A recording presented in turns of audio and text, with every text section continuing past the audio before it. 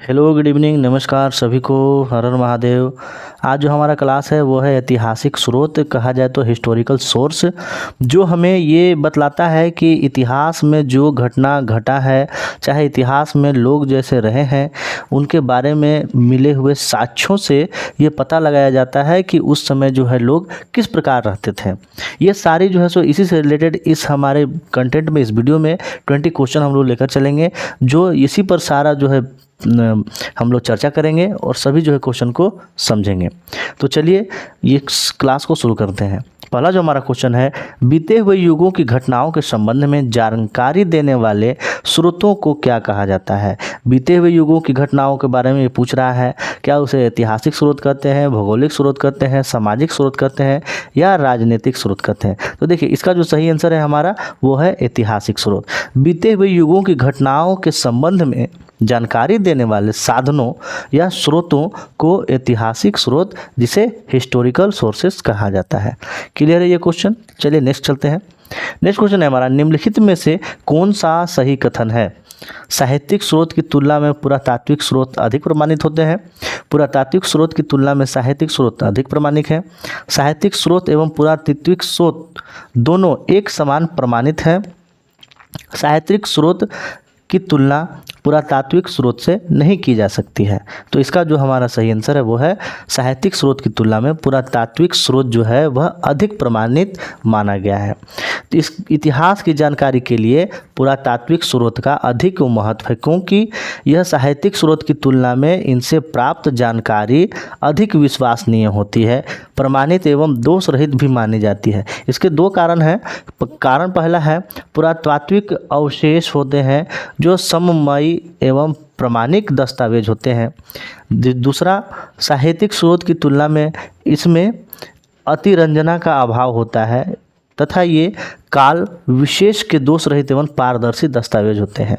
माना जाए तो पुरातात्विक स्रोत एक ऐसी है स्रोत है जो कहा जाए तो उसमें पुराने चीज़ों को यहीं पर सुना होगा आपने, कहीं पर कुछ जो है सो खोदने के बाद कुछ पुरानी चीज़ों का ढेर मिला, कहीं घड़ा मिला, कहीं सिक्का मिला।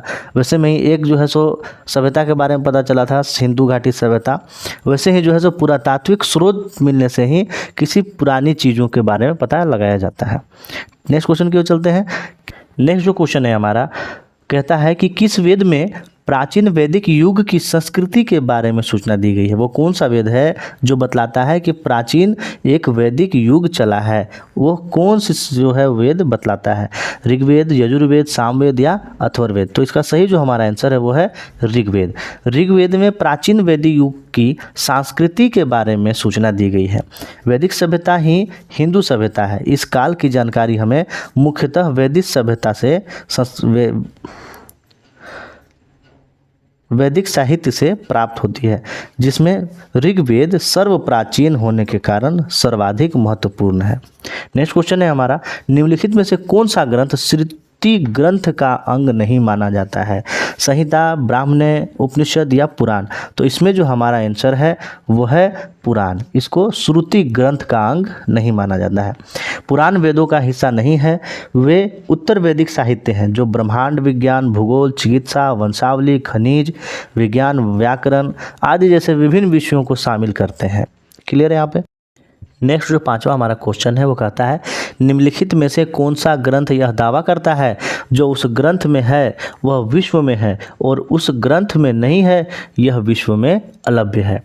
ये कौन सा ग्रंथ ये बात कहता है, ऋग्वेद, यजुर्वेद, सामवेद या महाभारत। तो इसका जो हमारा सही आंसर है वो है महाभारत। नेक्स्ट क्वेश्चन की ओर चलते हैं। त्रिपिटक धर्म ग्रंथ है जैनों का, बौद्धों का, सिखों का या हिंदुओं का। ये 3 बार जो है सो क्वेश्चन जो है सो एग्जाम में पूछा गया है। तो ये त्रिपिटक जो ग्रंथ धर्म ग्रंथ है ये है आपका बौद्धों का।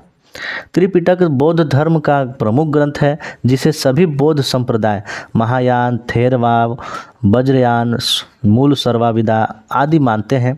यह बौद्ध धर्म के प्राचीन ग्रंथ है जिसमें भगवान बुद्ध के उपदेश संग्रहित किए गए हैं। यह ग्रंथ पाली भाषा में लिखा गया है और इसे विभिन्न भाषाओं में इसे अनुवाद किया गया है। ठीक है, क्लियर है। 7वां क्वेश्चन पे हम लोग चलते हैं।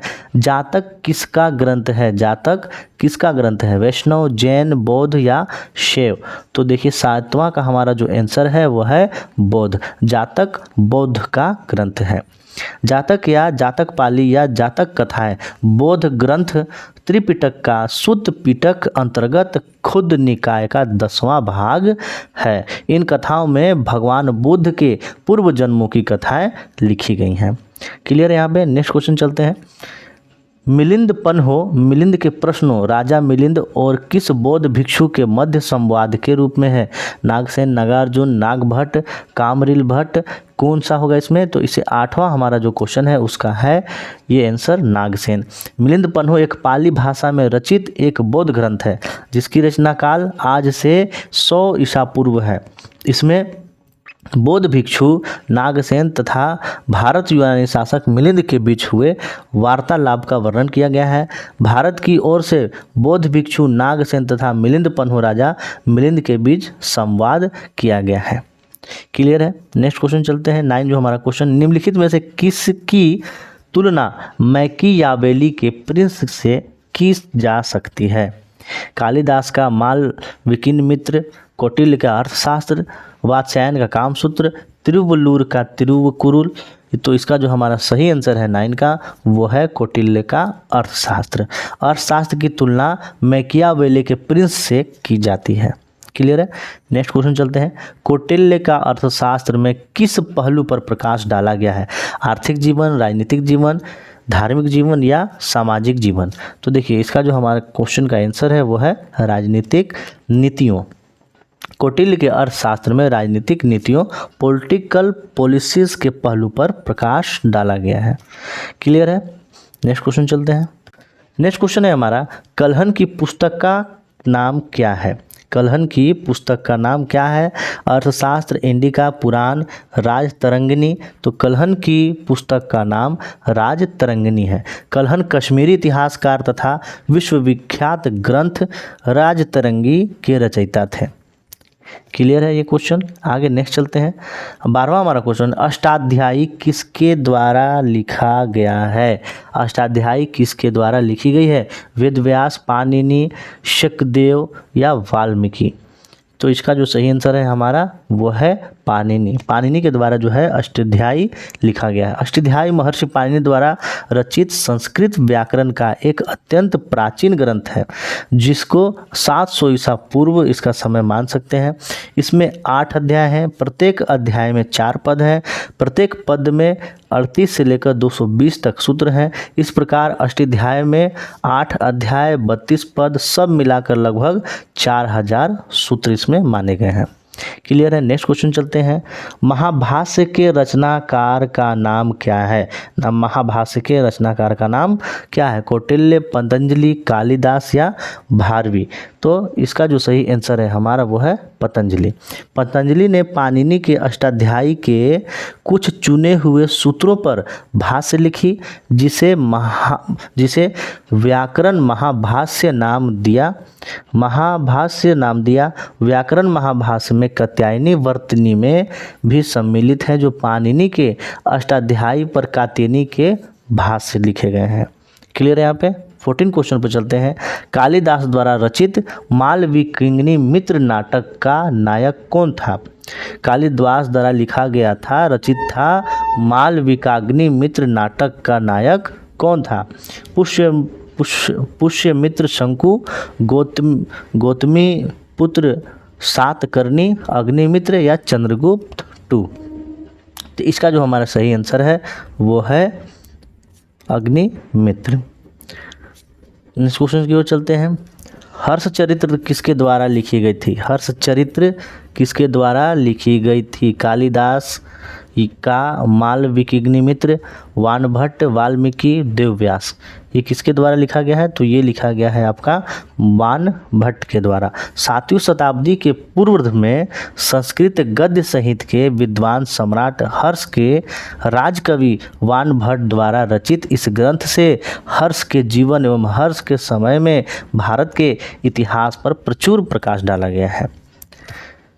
नेक्स्ट क्वेश्चन जो है, विक्रमांचरित्र के रचनाकार का नाम क्या है?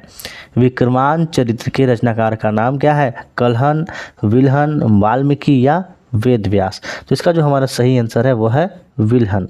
विक्रमादेव चरित्र की रचना 11वीं शताब्दी के उत्तरार्ध में कश्मीरी कवि विल्हन द्वारा की गई थी, जो चालुक्य वंश के विक्रमादित्य षष्ठ के दरबार में राज आश्रित थे। नेक्स्ट क्वेश्चन की ओर चलते हैं। चंदरबाई द्वारा रचित ग्रंथ का नाम क्या है? पृथ्वीराज रासो, पृथ्वीराज विजय, परमाल रासो, विरसल देव रासो? तो इसका जो हमारा सही आंसर है वो है पृथ्वीराज रासो।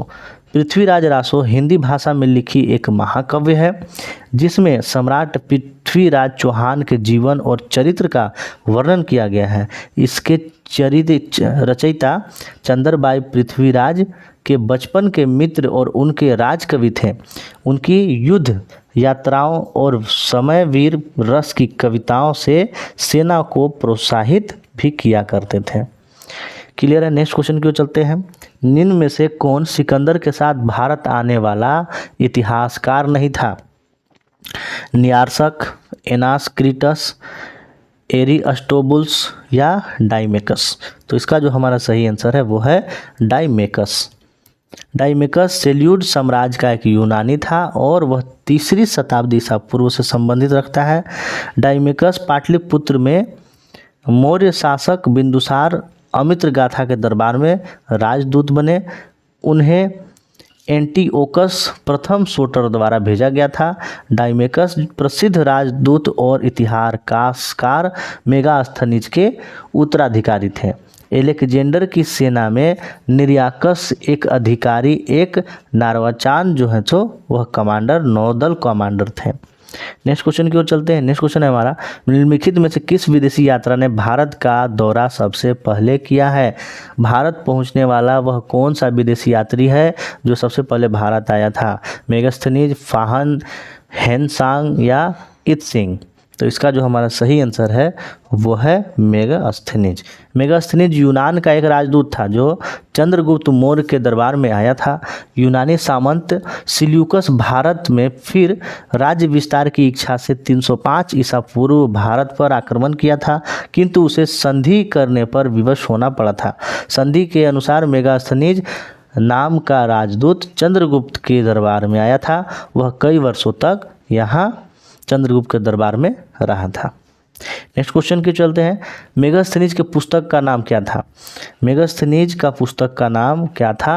अर्थशास्त्र, ऋग्वेद, पुराण या इंडिका? तो मेगास्थनीज के पुस्तक का नाम इंडिका था। इंडिका ग्रीक लेखक मेगास्थनीज द्वारा मौर्यकालीन भारत का एक लेख है। यह मूल रूप से प्राप्त नहीं हुई है, परंतु इसके कुछ भाग परवर्ती लेखकों के ग्रंथों से प्राप्त हुए हैं। इनमें डियोडोरस, सुकिलस, स्ट्रेबो, प्लिनी, एड्रियन, ट्रूयन, जस्टिन नाम जो है सो उल्लेखित किया गया है। आई होप आप लोगों को ये सारे के सारे क्वेश्चन जो है सो समझ में बिल्कुल अच्छे तरीके से आ गए होंगे। तो अगर क्वेश्चन अच्छा लगा हो, एक्सप्लेनेशन अच्छा लगा हो तो वीडियो को लाइक कीजिए, कमेंट कीजिए, चैनल को सब्सक्राइब कर लीजिए। और भी जो आपके जो है सो अगर पढ़ने वाले और जो हैं फ्रेंड्स हैं, दोस्त हैं, तो उनको जो है ये वीडियो शेयर कीजिए ताकि वो भी देखें और ऐतिहासिक स्रोत से रिलेटेड कुछ क्वेश्चंस को वो भी डिफिनेशन करें, वो समझें, वो जानें। तो मिलते हैं नेक्स्ट वीडियो में। तब तक के लिए थैंक यू।